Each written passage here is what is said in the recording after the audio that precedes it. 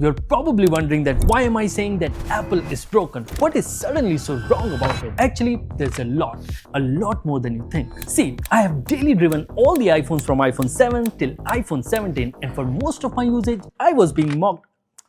iPhone was being mocked for being predictable, being boring, being monotonous, and slow to innovate. Basically, they called it safe, but not anymore, because last 2 years were very different. It was no longer boring, it was in fact broken. And honestly, boring felt much better than being broken.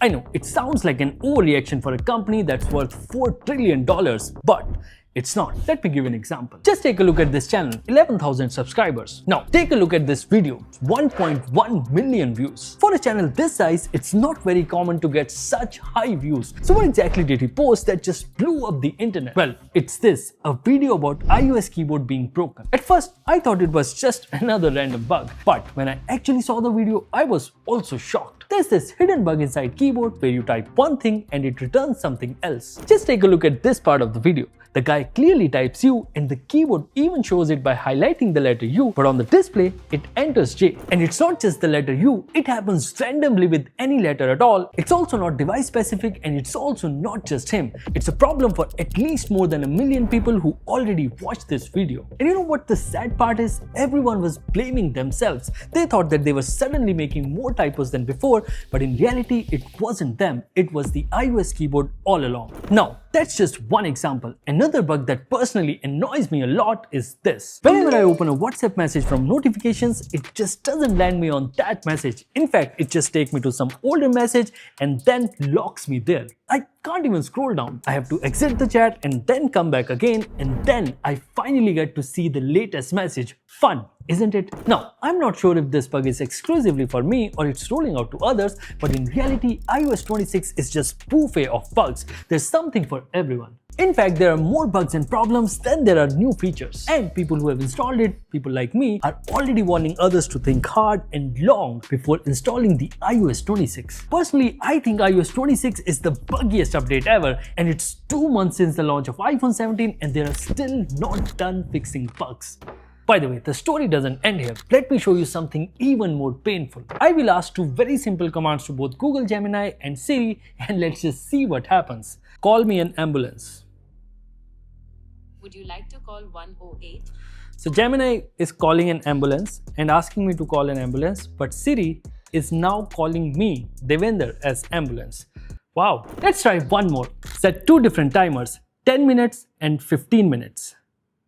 25 minutes. Starting now. It just did the way I wanted. One timer for 10 minutes, another timer for 15 minutes. But this one just went ahead and did a 25 minutes timer. I'm not really sure what's wrong with Siri. I'm not really sure what to even say now. It's just plain simple embarrassing. It's like Apple is not even trying. The only thing that they're doing is creating fake advertisement with Smarter Siri, which doesn't even exist. And when they're asked questions in the interviews about where is Smarter Siri, Where is she? all they have is excuses. Just think about it. Siri, a 15-year-old product from a $4 trillion company, is working this bad in 2025. Apple Intelligence, a big buzzword in iPhone 16 series launch. In iPhone 17, even Apple forgot about it. It's nothing but a ChatGPT wrapper, and that too a useless one. And now, Apple has no other option left but to take help from Google to finally make AI work on their phones. I mean, why? How? You are the biggest tech company in the world and you are taking AI so lightly. It doesn't even make sense. I know, iOS and Apple Intelligence are not the only 2 things. There is one more thing too, and that's privacy. Remember those big, massive billboards about privacy and iPhone? Apple seems to be forgetting those too. Yes, they are now all set to show ads in their maps, which is very unlike Apple. First they added ads on the App Store and now maps. I wonder what's next. With all these messy updates, AI not working, and ads on top of it, the core value of Apple, which is the most premium and most refined user experience, is just going away. And not just with software, there are some questionable decisions on the hardware front too.